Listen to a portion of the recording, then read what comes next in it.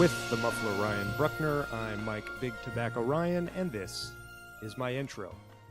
SquaredCircleCinema.com, and you can find us on iTunes. Rate and review if you'd like. Ryan, how's it going today, buddy? So they could find us on iTunes. Yeah. The people that are listening to this, Well, probably on iTunes, can find us on iTunes. Tell a friend, which is me and Ryan. Yeah, tell a friend. Those are the only friends that you have. Tell a friend makes more sense. That's the point, though. The only people that listen to this are our friends, and their only friends are us. I'm sure there's someone we don't know that listens to this or has listened to at least one episode. Well, then send us a goddamn review on iTunes, then, we don't pal. know who put our review. Who was that? We don't know who that was. Yeah, I don't know. I think that was kind of a positive review. It was like, well, Jesus Christ, annoying as shit. Yeah, these guys can be annoying, but, you know, They grow on you. By the way, Ryan is now recording. He was talking this about you. Yeah, I didn't. Yeah, I agree. I knew, like, that was my first impulse too. It was like, yeah, it's probably a lot more annoying. Well, that's because this is your babyface persona that you're trying to convey here. All right. I think I'm a tweener. You're trying to do like the cool guy, baby face, you know, like, ooh, cold as ice. I'm Jake the Snake Roberts. I cut the. You think the that's what I'm doing? Yeah, I think you're trying to be a little too cool. I'm just kidding. Oh. He's not, folks. He's always this cool. He's the muffler, Ryan Bruckner. How are you today, buddy?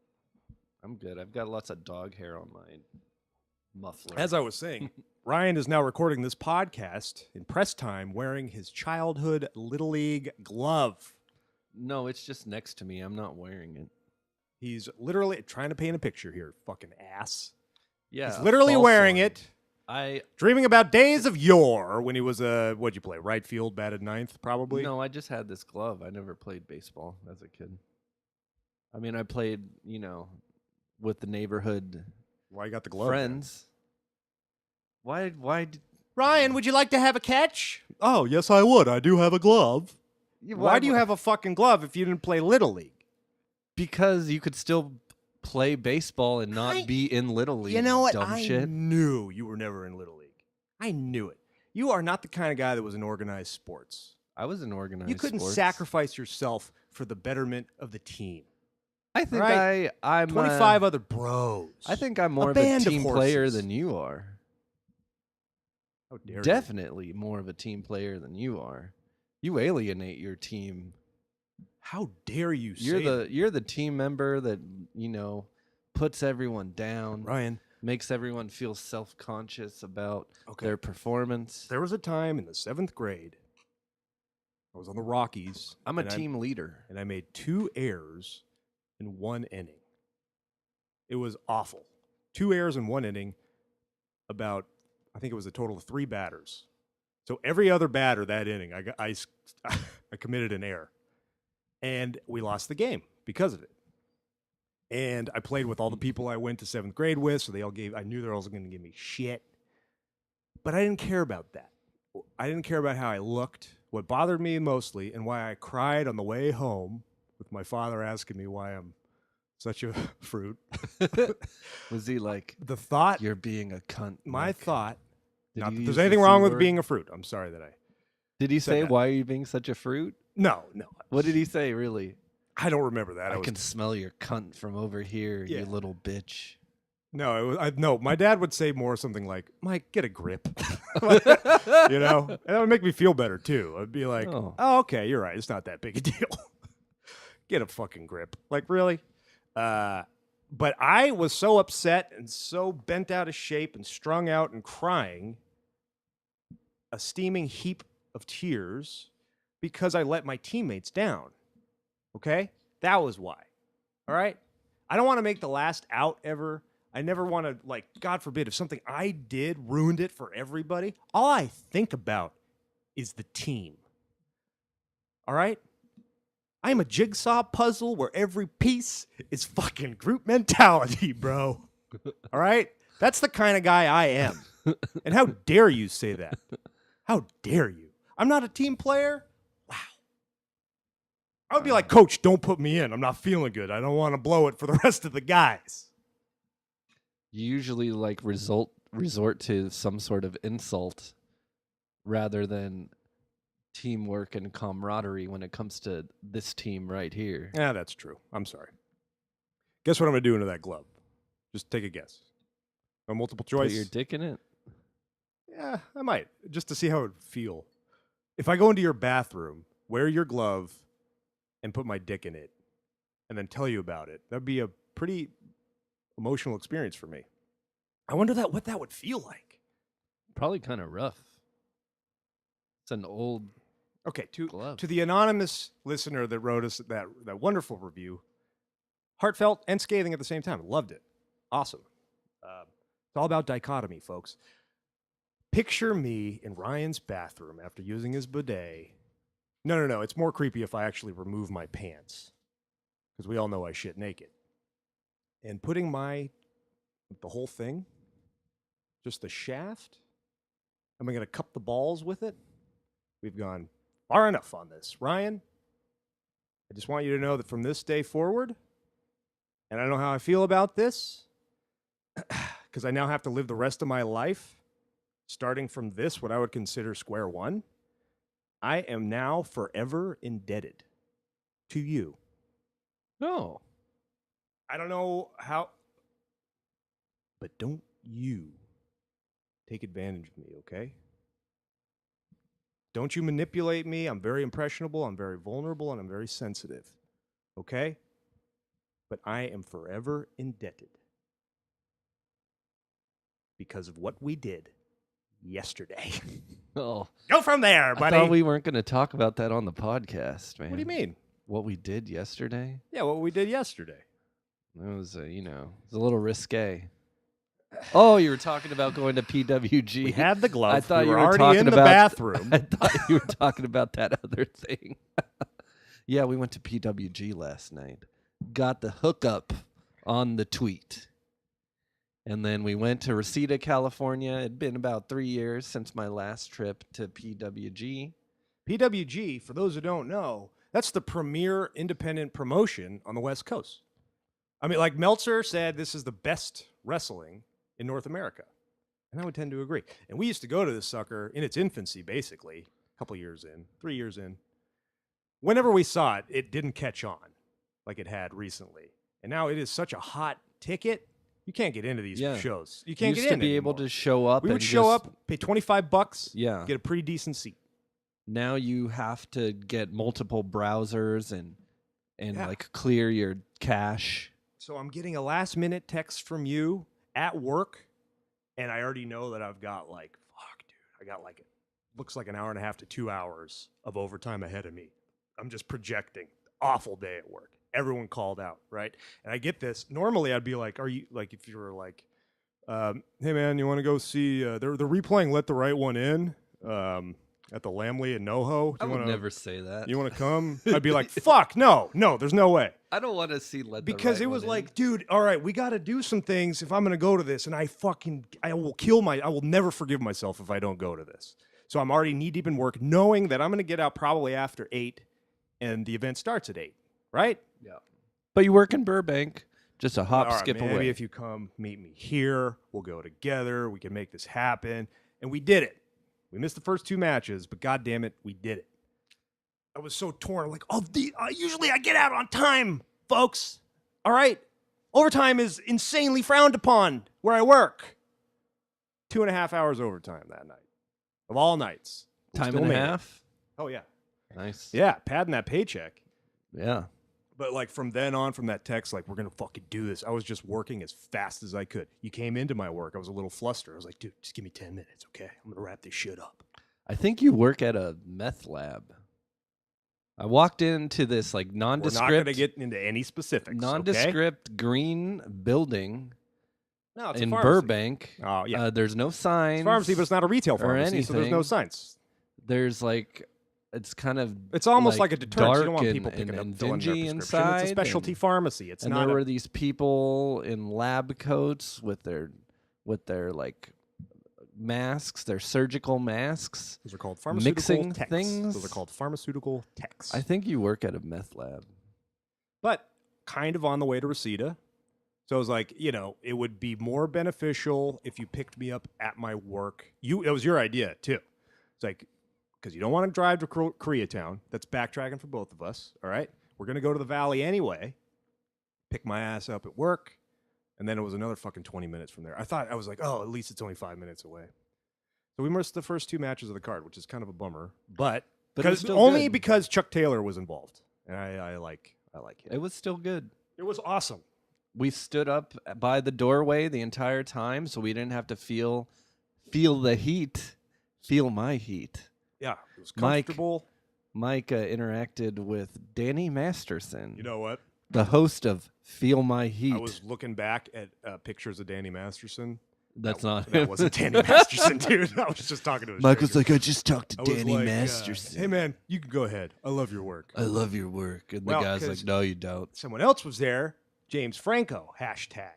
And we love his work. And he was talking with someone that was with him. No, I'm not talking about the sheriff in True Blood because he was there, but I think it was his son was talking to this guy, so I thought he was in their crew, so I just obviously was like, well, this has got to be Danny Masterson.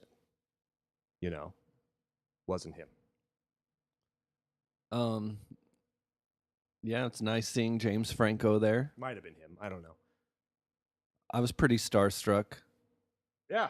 Oh, I mean, we had just seen his masterful performance. If only we could have told him. Well, dude, you were like, at first you were like, I think I saw James Franco, but he was taking a picture, so that can't be him. We all know celebrities don't take pictures. They do. Especially on their own phone. He actually cares. They do. He's one of us. I took a picture of him, and he saw me doing that, and he wasn't like, no, don't. He was like, that's fine. It's okay. Yeah, but he was way far away from you. He probably looked right at me, dude. He looked right at me. I'll show you that picture. I saw the picture. Already. Okay. What was your favorite match? Favorite match? I mean, even though you don't know anybody's names. No, that's not true. That's not true. I know Zack Sabre Jr.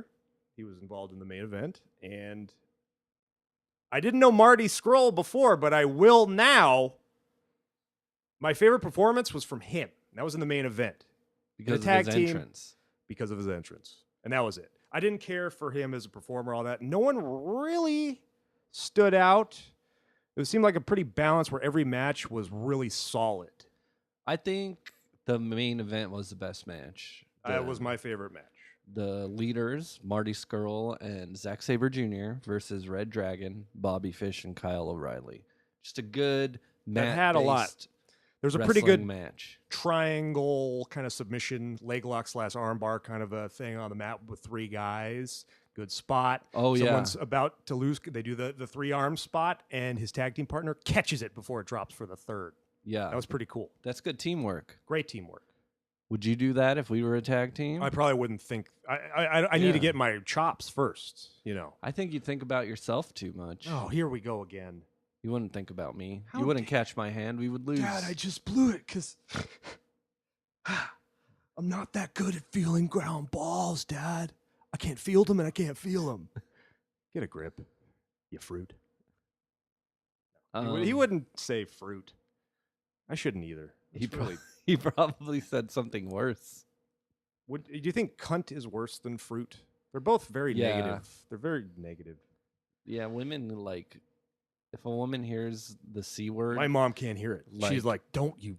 They're like something hairs in their ears. Yes. Like ignite. And they start, just going crazy. Women react to that like I do, like the N-word. It's like there's a visceral reaction to that word with women. Doesn't mean anything to me. It's kind of fun to say. I don't mean anything by it. That's by far like, motherfucker, I mean something by it.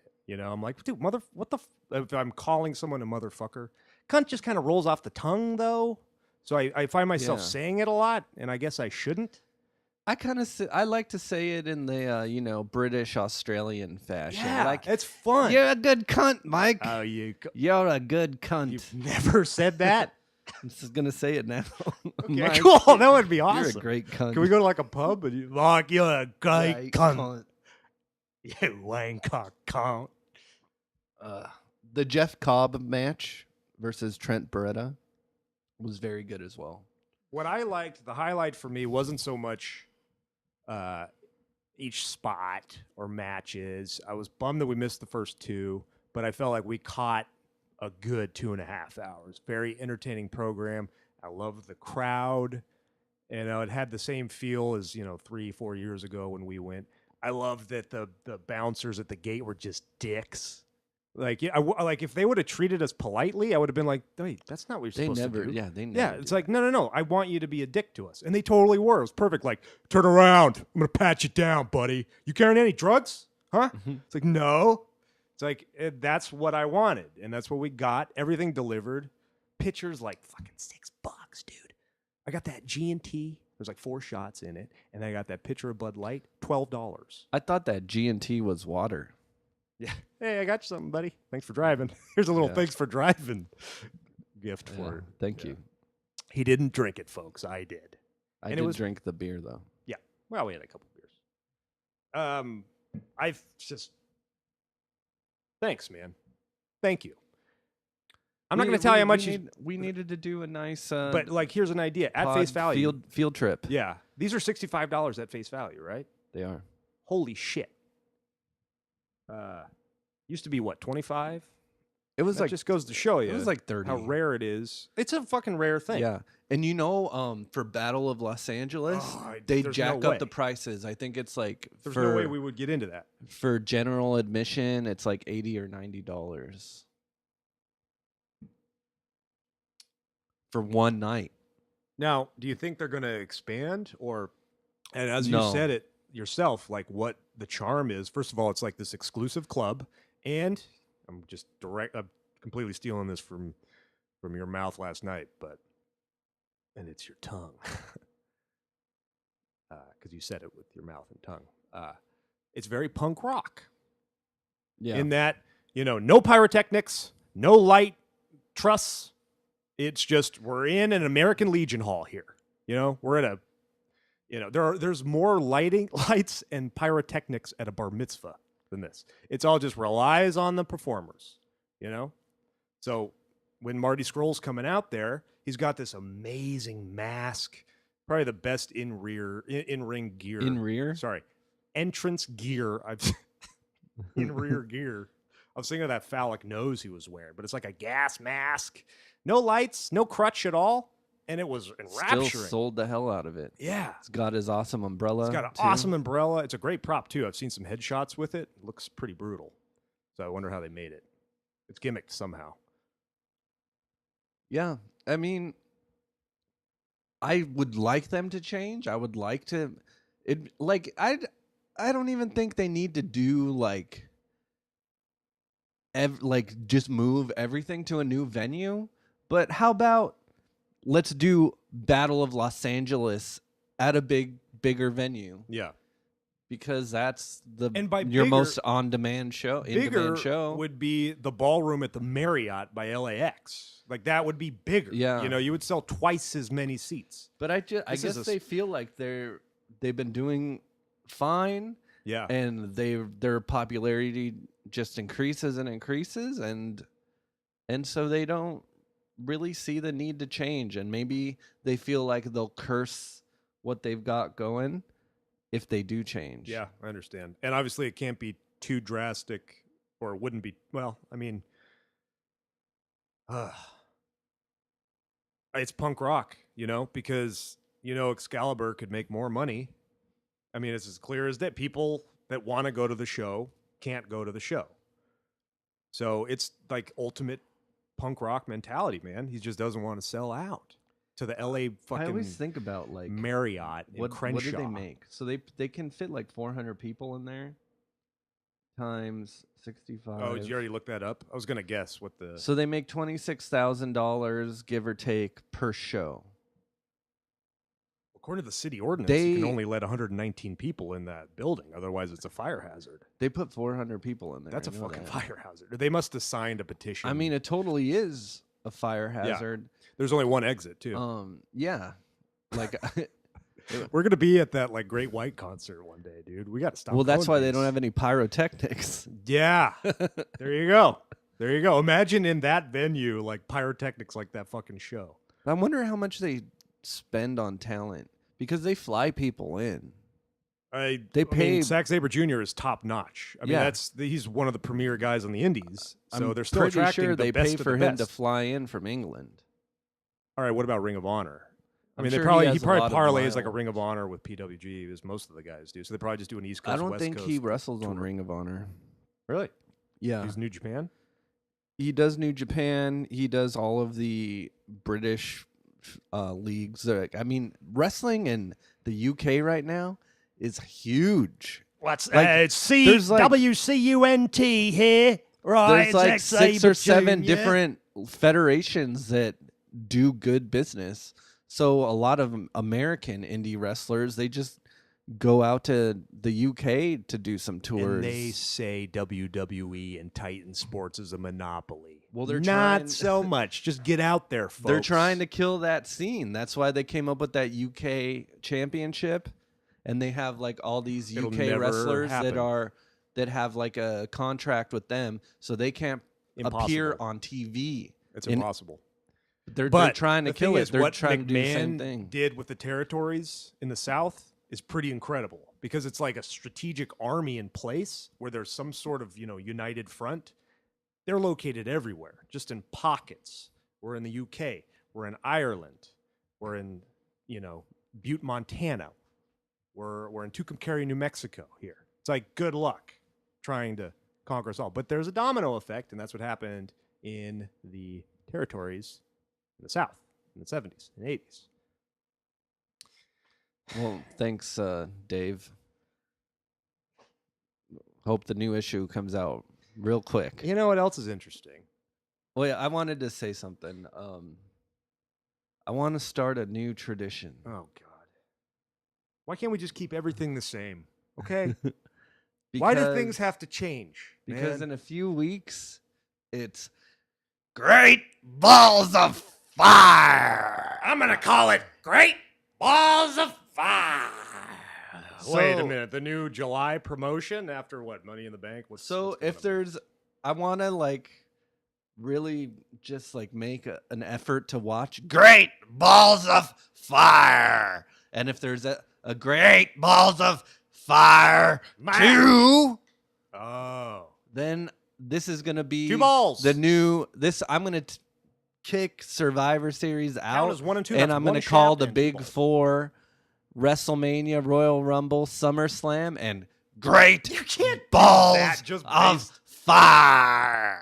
You can't do that just based on the name, although it's a great name. What bothers you so much about the Survivor Series, man? It's a pretty cool event, especially if they go with the traditional 4-on-4. And I'd say 'Cause they don't. They nor they I'd say don't 5-on-5. Nor They don't go by the traditional rules, and usually the Survivor Series match, the traditional match, is like a throwaway match that nobody cares how about. come Survivor Series is so much worse than SummerSlam? Don't answer that. I just answered my own SummerSlam thought. is as Better good builds. as Better builds. SummerSlam Better has arcs. better matches. Yeah, better pro.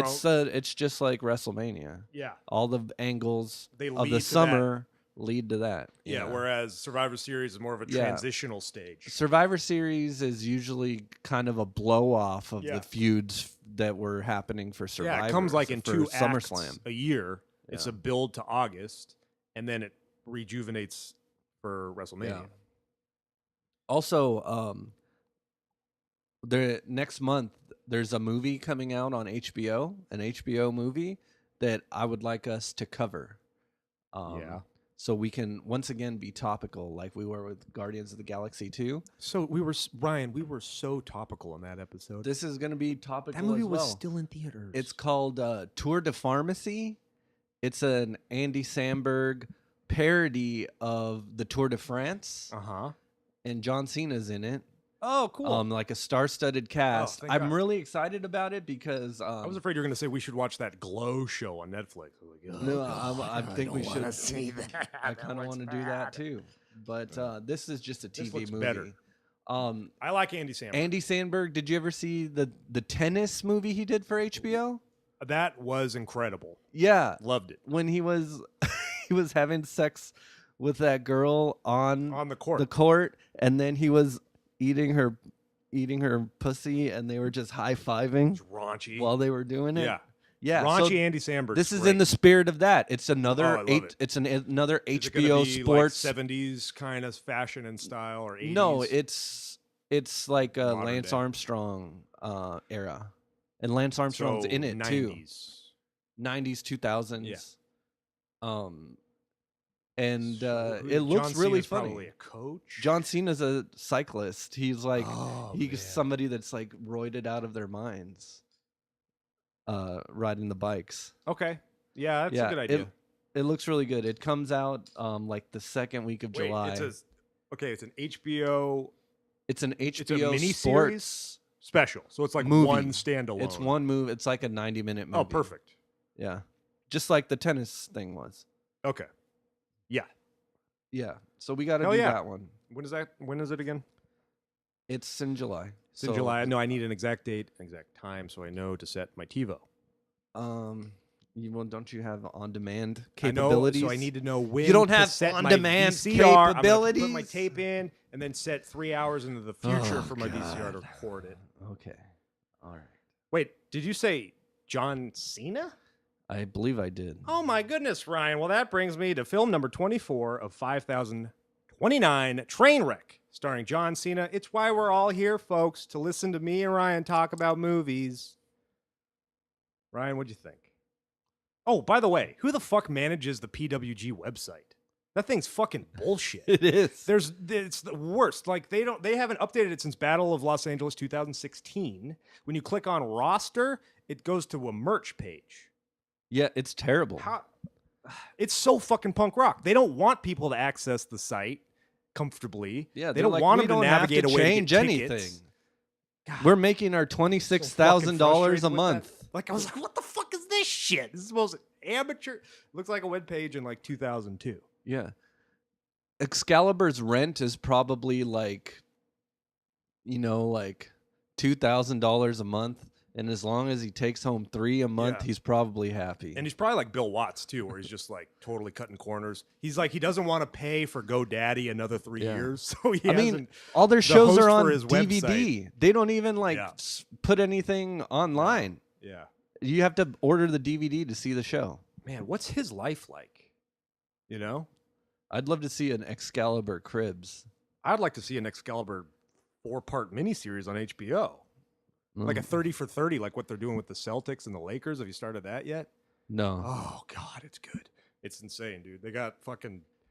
So Donnie Wahlberg is narrating the Celtics parts. What? And Ice Cube's narrating the LA parts. Oh, man. And they're like totally blown...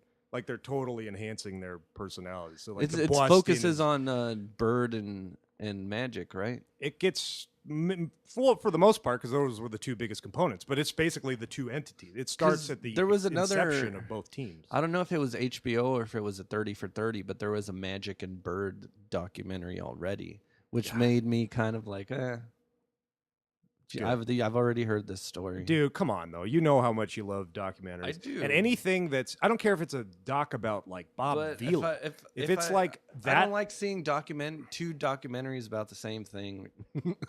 Yeah, that's true. Okay, yeah. How many... Okay, so as a 13-year-old boy, you go home from school after you cry, a little bit in your room. You go outside, watch television. What are you putting on? Comedy Central. What's on Comedy Central? Those goddamn Andy Kaufman documentaries. How many of those have you seen? All right, and you don't change. There's 2. Once you are, there's more than that. There's the Bob Saget one, and then there's like 7 others. No, there's 2. There's Andy Kaufman, I'm from Hollywood, and then the with celebration of Andy Kaufman. Well, you would toggle back and forth between those like I would. So what's the difference there between something you love dearly, they organized were both sports? Different. One only focused on wrestling, and the other focused on his entire career, predominantly his comedy. There's very little wrestling in it. So they were different, buddy. They just happened to be about the same guy. If it was different aspects of... If Larry Bird was also, like a carpenter, maybe I'd be interested. You heard it here first, folks. Not only does Ryan think Jesus Christ, the Lord and Savior, is white, he thinks he's Larry Bird. A carpenter? You racist. You're buying into that white hope bullshit. The hell You're are you contributing talking about? Larry Bird to Jesus Christ. And we all know that Jesus Christ is Shawn Michaels. What the hell are you even saying? That was a joke. I just told a joke. Did you not like it? I thought we were going to talk about Trainwreck. I don't want to talk about this movie because I don't care for it. Other than John Cena's performance, remove that. Okay. What do you not care for in it? You're supposed to express your opinion on this podcast in case you forgot. If you didn't like it, then why don't you tell me why, dipshit? All right. Fuck Judd Apatow. Apatow? Apatow. Okay. Fuck Judd Apatow. Why? I don't think he can write for women. I think he took over this script and assumes it was Amy Schumer wrote it. I think he had his dick and balls all over this, and because he's the director, I think he helped Amy her Schumer's make it into a movie, but it's brilliant comedian. It kind of, and this is just raunchy dialogue that women are delivering, and we're just going to assume it's funny. And it's not. So you're trying. Like Jenny McCarthy in 1994 type of jokes. It's terribly You're written. ridiculous. Remove John Cena from this movie. Remove the nephew from this movie. Remove Bill. Or okay. How about this? This is why this movie sucked. It's like obviously I need to like the characters, and I don't like Amy Schumer's character at all. I don't care about her growth. I don't care that she kind of is a better human being because I just. There's nothing like vulnerable about her, you know? Sorry. Let me catch myself there. But the relationship between Bill Hader and her does not work one bit. And Bill Hader's usually, he can make chicken salad or whatever he wants. He can be dry, he could be funny, he could be a straight man. He was just looked awkward. He was given nothing. Their chemistry was awful, and if you don't have, this is basically a love story. If you don't have that, then I'm out. He looked on like there was absolutely no chemistry between the two of them. Okay, and that's your core. If you don't like am I right? Did you want them to fall in love at the end? A better scene. Will you stop talking so I can talk? You asked for me a to second. Explain. Hey, Mike, let me and you went on for 5 minutes. Podcast here, pal. Let me talk about our fucking feelings. Let me do and a now fucking. You want to talk? Let me do a fucking. Go ahead and talk. You fucking dickhead. Let me do a retort, so you don't talk for 10 goddamn minutes. I wasn't finished with my point. Well, your point. And now I've been derailed. Good. I needed to derail you because here's what I think. I think you're coming at this like I'm progressive. I'm going to be a feminist. I'm going to say that. How dare you? I'm going to say that Judd Apatow took over this script, and this is not Amy Schumer's voice. This is totally her comedic style. She is Jenny McCarthy in the 90s. She's just more clever and she has better delivery. What's clever? What's your favorite line from this movie? She does. Hey, what's your favorite line from this movie? What's clever about this fucking movie? I wouldn't say the movie's super clever, and I was gonna go into her many accusations. Every scene that I enjoyed, I wrote down lines. They do not involve her. Joke theft. They don't involve her at all. Well, maybe she wrote those lines. So she wrote the when Tim Meadows is outside and Mike Birbiglia, and they're like, "Oh yeah, you're a physician for sports, huh? Well, what kind of players you like, or what kind of players you work with? Like Clayton Kershaw, cool. Alex Rodriguez, fuck that guy." LeBron James, cool. But that could be like an observation by a woman of guys talking about sports, which she freely said was stupid anyway, and I kind of agree with her. Well, yeah, exactly. She probably did write that scene. Yeah, but you're probably right. No, but also that she has many. I actually watched a 25-minute video on YouTube, accusations of joke and premise thievery. She's actually lifted for Inside Amy Schumer full-on sketches from Mad TV. No way. Yeah, and I watched it. It was actually kind of crazy. And then wait a minute, she plagiarized? Yes. She just look it up. There's many instances of it. Wait, does she wear like a muumuu and say, "Don't make me break my foot off in your ass"? No, it was this sketch where like somebody goes to a store and they get helped by a black person, and then the black person disappears and they go to pay and they're like, did someone help you today? Yeah. And you're like, yeah, they're right there. Oh, they're not there anymore. Oh, well, what did they look like? They had a green shirt on. Oh, well, we all wear green shirts. It was basically the same sketch, Wow. like them not wanting to say they were black. Hmm. But another really funny one was she went on Ellen and she did an Ellen bit about popcorn to Ellen's face. Did Ellen say anything? No, Ellen was just like, yeah, I eat popcorn like that all the time. Is this like a form of roasting or something? Like, I'm going to do your own shitty bit right at you. No, it's you think just, it was just an accident? I think there's too many instances of it for it to be an accident. But then also her humor is like very broad and kind of hacky.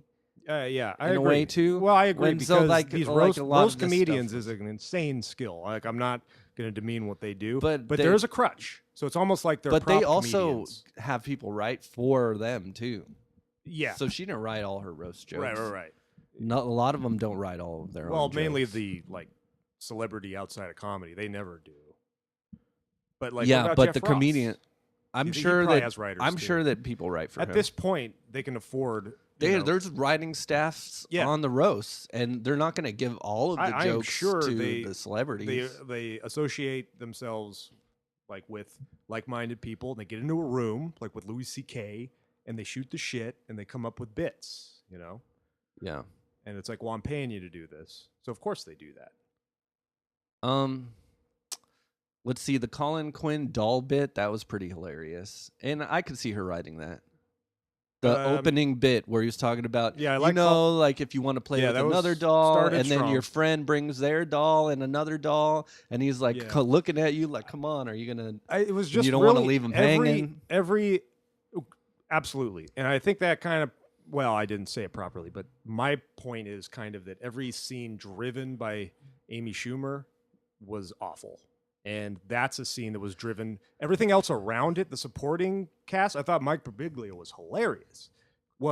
Was great, and it was funny. Yeah, but even in that LeBron world, was good. in this arc, LeBron, great. Yeah. And we're also, like, I wanted to kind of compare him to John Cena because John Cena hit a home run, slam dunk, like that. Star-making performance. Best performance. It was short. This is why he's only in wrestling like months at a time now, because he nailed this, give up his and now he's getting so many offers for movies. He like gave up his ego. He's like, I'll do whatever you want me to do.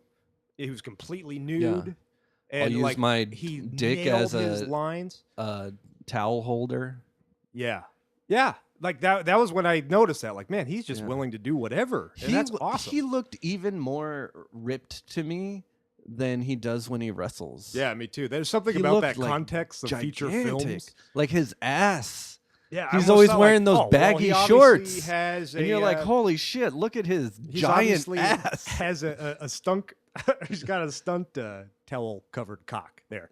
But no, it's like, this is John Cena. They're not going to replace John Cena with a stunt double. Yeah. Damn. Okay. He was hilarious, and that character is phenomenal. It's like kind of toying that line of blatant homosexuality with just being, like comfortable around dudes because you shower with them, you go to the Y, you're an athlete. I think it's also a commentary on the blatant homoeroticism of bodybuilding. Yeah. It's all about looking. They all look at each other. They want to see each other in like thongs. They oil each other. They're like, dude, can you shave my ass for me? See, that's an Amy Schumer joke too, right there. So, and she dated Dolph Ziggler, by the way, too. Did you know that? I didn't know that. Yeah, that's wow. Well, Dolph Ziggler dated everybody, dude. And he dated Dolph Ziggler Amy dated Schumer, the mother of her child. So it was John like a line Cena, like, "I will fuck you. I will enter you."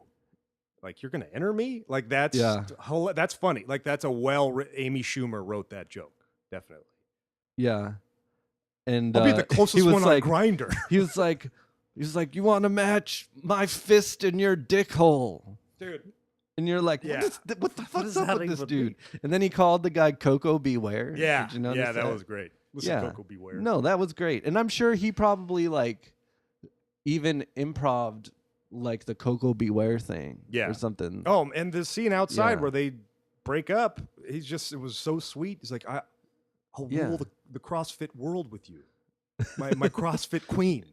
Like, oh man. And when he said, like, we left, fuck you, Amy. You are not nice. Yeah. Beautiful. He's a big guy with a heart. Yeah. And he's absolutely right. Knocked it out of the park. He'll probably win, and he'll make it into the Hall of Fame this year. He's absolutely right. And that would have been a more impactful scene if Amy Schumer's character was more likable. Simple as that. What is not likable about her character? You want me to give you a specific example of this? Every scene she's in dies. Everyone around her, it doesn't work. She saps out everything out of the people she's with, her friends, her family. She is so inauthentic.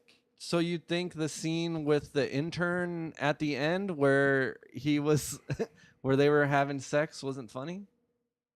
I had already checked out by that point. So you're just not watching and I didn't like this that movie scene attentively. He's obviously not 16. You're not watching this movie attentively. Oh, well, I bet I was on my phone less than you were on your phone when you watched this because my phone is dead and I can't recharge it because it's an iPhone 5. All right. I think I need a new one. Or maybe there's lint in the charging I think you console. just hate this movie for no good reason. So Vanessa Bayer was really funny. Where the whole bit where she couldn't not smile, that was funny. Give me one. What was your favorite part of the movie with Amy Schumer? The sex scene with the intern. Really? You like that more than the sex scene with John Cena? Sex scene with John Cena was funny too. The part in the movie theater with John Cena where she like came in and she got high. That was funny. Like it had nothing to do. You're asking me why I didn't like her personally, and I'm having a hard time answering it because that's not the part where she point. was with The all point of the is girls with the tan. She was talking whole about the mise en scène, the direction, like of who she was and her journey, didn't work for me. What didn't work about it? I don't know how. I kind of already. It was basically the same journey that Seth Rogen goes on in Knocked Up. Did that not work for you either? All right, maybe it's the chemistry People love between that Judd movie. Apatow and Amy Schumer just aren't. They don't see eye to eye. I don't know. Like I don't want to mock This her. and her movie was gift. a really big hit, so it obviously resonated with a lot of people. I hate that scene where they clean up their act again. It was too rushed. Like it would have been a lot more too personable. If anything, I think these movies are too long. Oh, yeah. All of Judd Apatow's Well, that's the thing. movies He are too focuses long. on the stupid parts of humanity. Like, would have been a better journey in this fucking 3-hour movie almost, where there's a dance number at the end, and she like joins the Knicks girls all of a sudden for Bill Hader to impress him, and yet we don't see maybe her journey practicing with them. Like she stubs her foot. It would have been a lot more personable, a lot more relatable. There would have been like something to cheer for. There's don't need nothing that. to cheer for. Yeah, we don't. What you just think she went? You like her? You liked her the whole time, I guess. But she made no journey I didn't at all. dislike her. She totally made a journey. She could not. Oh, she's no longer an alcoholic because she dumps the bottles that are in her No, fridge out. that's Let me not tell you what it something, is, pal. Dick. Alcoholics don't have half-drunk bottles in their fridge. All right, it's already finished by the time company comes over. That's not even what I'm It's a talking corny about. scene.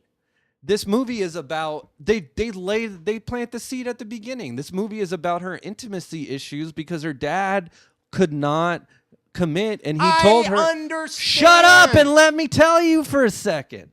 The dad could not commit to the mom. He said monogamy is not realistic, and that made a big impression on her. What parents do to their children, what they say to their children, the behavior they model impacts them throughout her life. She could not commit to anybody. The thought of commitment, just the thought that Bill Hader wanted to call her the next day freaked her the hell out. So she was able to give herself over. She was able to humiliate herself by dancing with the Knicks dancers. She thought that was so dumb when they were actually at the LeBron James thing. She humiliated herself for Bill to apologize because she was being a bitch. How does she set that up? She's unemployed at this point. Where does she get the gear? It would have been nice. Like, there was an unveiling that she was really close. She was really close. The Bill Hader was really close with all of the Knicks cheerleaders because he treats all of them and they have a personal relationship. And so she probably appealed to them and said, I fucked up and I need to I need to get back into his good graces. She totally makes a big journey. She changes.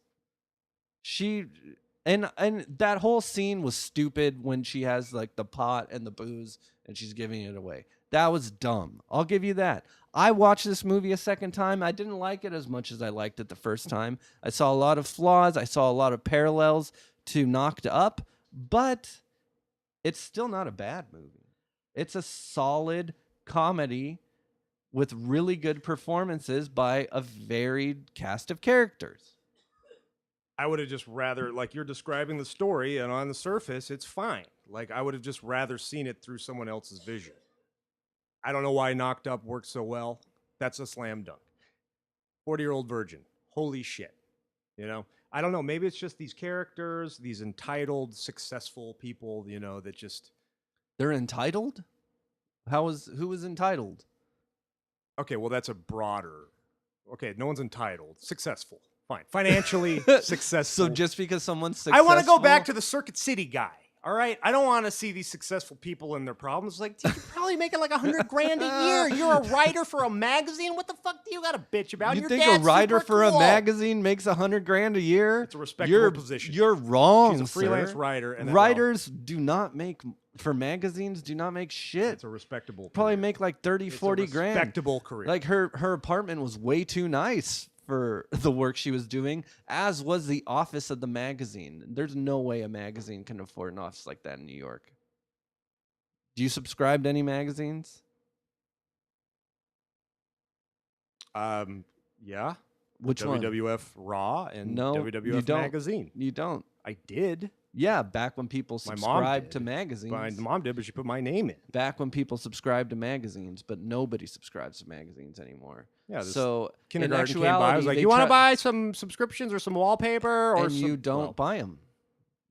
You don't wrapping buy paper. them. You don't buy magazine subscriptions. You don't have any magazines. Okay, fine. You know, I don't want to. I'm done. I don't want to talk about this anymore. Do you have anything else? Fun facts? I don't want to hear them. Let's wrap it up. I actually forgot to look up fun facts this Thank God. time. You're just mad that I didn't agree with you. No, not at all. Like I feel like I conveyed why I hated it, and you're just asking why. Meanwhile, you don't have any specific concrete proof I told that you she's a her- likable character and worth engaging in two fucking and a half hours. I told you for. about her goddamn It just doesn't work. relationship with her dad. The fact that she made that journey and then she had to humble herself. Colin Quinn to- makes that work. It's the supporting cast. It's not just about one person. It's about everybody in the movie. Did you buy and that's into, why this movie Did you was buy good. into her and Bill Hader as a relationship? Did you I care did. that they were going to succeed? I thought actually watching this, I was like, damn, Bill Hader's a charming dude. I'd like he to see is. him in more romantic lead performances. Well, I would too, and I think he is too. And I thought he He's was one great. of my favorites. When the whole check thing, the whole check bit, that was endearing stuff. That didn't work. The whole thing where they were doing the Manhattan scene, they were sitting Oh, this is looking where at the Woody bridge, Allen- and then she goes down on him, and he puts his hands behind his head. That was funny. I thought that was funny. Yeah. Okay. Fine. It is kind of a more Woody Allen movie, I guess. Whereas if you're not I wouldn't call it a Woody Allen movie. really, Yeah, a lot of exterior, a lot of dialogue. Each scene is The dialogue 100% wasn't driven like- by what they're saying and not what they're doing. And the that's- dialogue wasn't like well written or witty like a Woody Allen script would be. Wrap it up or not. I don't care. We can keep going. This is why you're not a team player, Mike. Maybe I just want to be traded. Mike, Oh, I didn't say that. Mike, get a grip. Okay. Chris Rock was on the set when LeBron James's scenes were filmed, and he came up with several lines for LeBron James to say. Oh. There you go. Judd Apatow There you go. arranged for Amy Schumer and Bill Hader to go out together while watching them interact with each other as a screen test. Hader later received the co-lead role. That's kind of pretty, right? Like, I mean, or beautiful, right? I mean, because we both critiqued Chris Rock in the whole 9 yards as a performer. That's perfect for him. Just like kind of like in these funny scenarios, he's just throwing out lines. LeBron James' lines were some of the best. Yeah. Yeah, that's great. He was pretty good too. I like that. He wasn't as good as Cena, but he no, was not nearly. respectable. Well, but like you can't compare that because wrestlers are entertainers. You know, there's a lot of theatrics involved, and you have to emote, and talking is half of the job, dude. Half of the job. There was a scene where he wears this sweater, and I really like his sweater, by the way. Oh yeah, yeah. Is it burgundy? No, it's blue. Ooh.